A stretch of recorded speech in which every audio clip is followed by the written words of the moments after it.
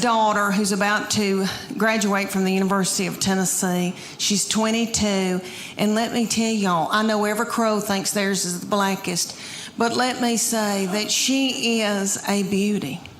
And she is smart, and she's done very well in school, and she's in a sorority and done well with her sorority, and she's athletic, and she's mean. And we're scared to death of her. We walk on eggshells around her. She's not mean to other people or in public. She holds it in so that she can come home and like spew it out onto me. That's okay. That's God's way. But this is what I think happens. When she was a junior, her summer between her junior and senior year, I think that God allows this to happen. And you little girls, that your babies aren't this old, just listen to me. All right, one day they'll just turn on you. And you'll think, who in the world is this? Who's coming down the steps in the morning? We don't know who this is. I think that God allows that because he knows that you're about to let your baby go off to college or whatever they're going to do, and he knows that you're grieving.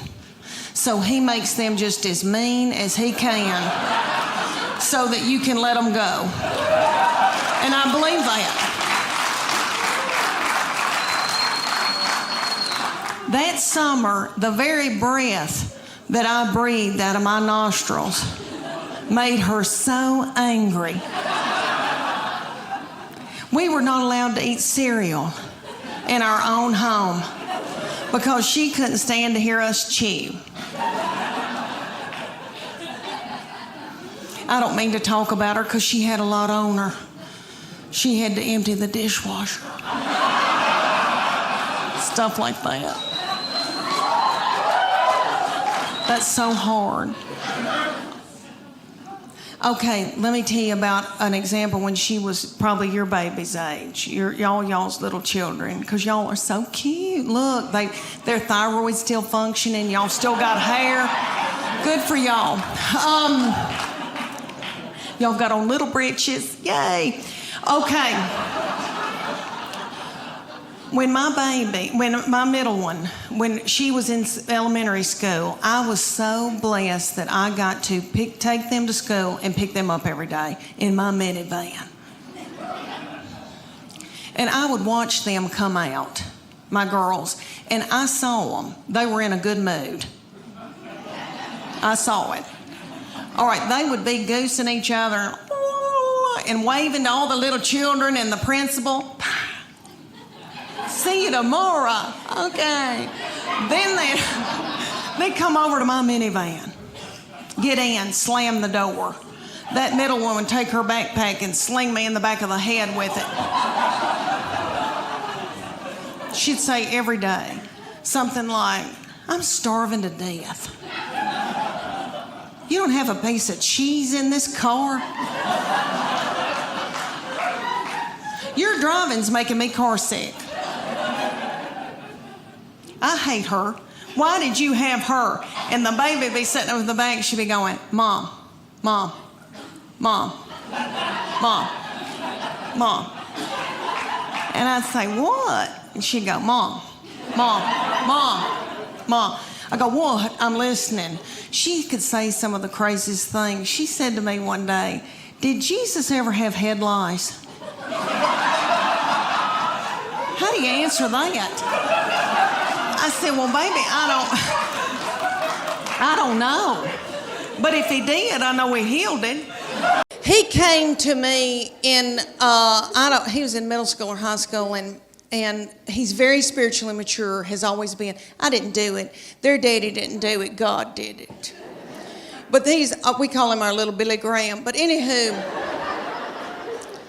so he was dating a little girl, and he came home, and I said, what y'all been doing? And he said, we've been watching a movie, and we were kissing. I said, oh, that's normal. That's okay. But I said, baby, before you know it, one thing can get out of hand. You've got your arm around somebody, and then you've got your hand on her leg. Things can get out of control. He looked at me like I was crazy. And he said to me, Mom, I've prayed about this. Nothing like that's going to happen. And I know he meant that. And all I could think of to myself was some of the nastiest things I ever did.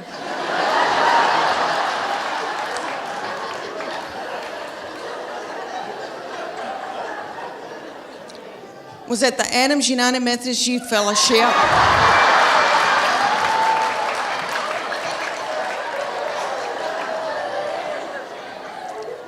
On a hayride. I don't know what it was about hay that set me on fire. I wish it did now. I could get a new purse out of that. Do y'all know what I'm talking about? Youth groups. And we've all, here in the South, we've all been raised in church, you know. Did y'all ever go to a lock-in? What little fool came up with that?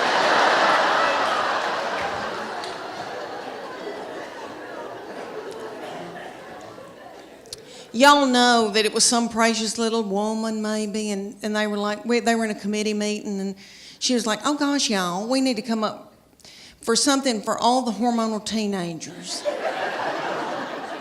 I know. We'll put them in the church building and lock the door and turn the lights out and leave them there all night.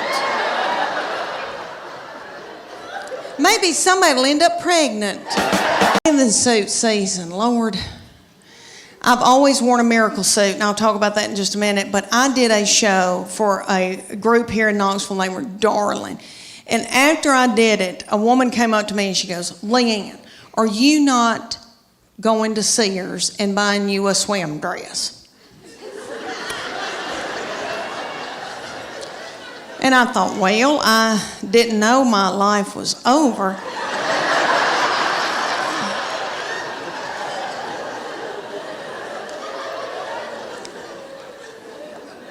So she said, you need to go to Sears or order it online with Land's End.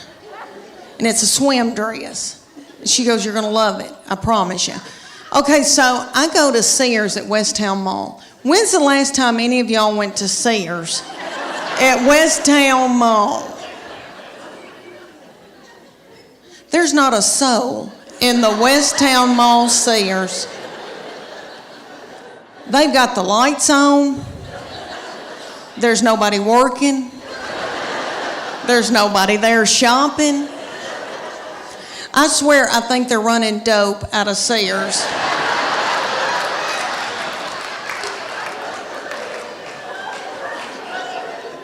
But I got me a swim dress, and I am beautiful in it.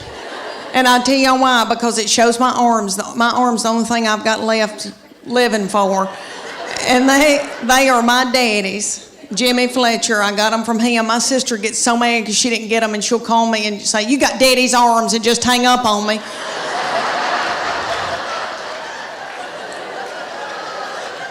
But this swim dress, okay, it cinches up through here, so it's real flattering right there. And then it comes down and hides all this boogity-boo I got going on right here. And I am beautiful in it. I hate to say that. It kind of looks like Titanic, but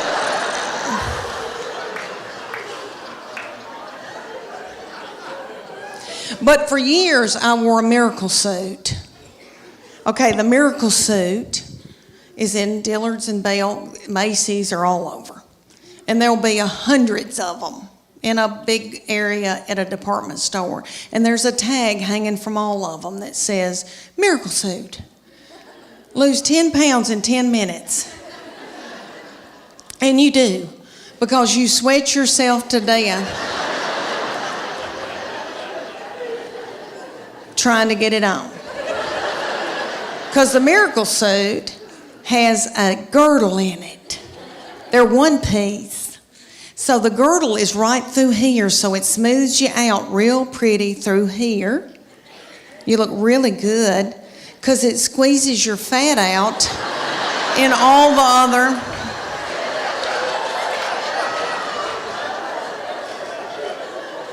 other directions, all the other holes. And I would buy it because I felt desperate and I didn't know what else to do. And I didn't feel pretty in them. And then I'd buy a sarong and wrap it around my whole body.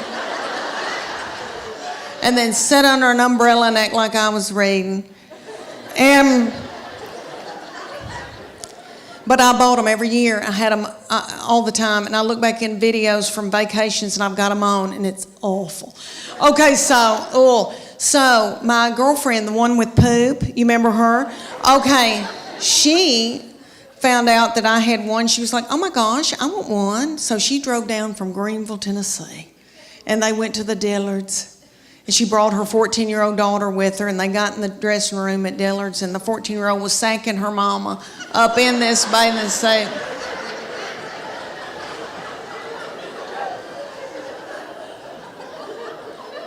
And her 14-year-old said, Mom, this is so gross.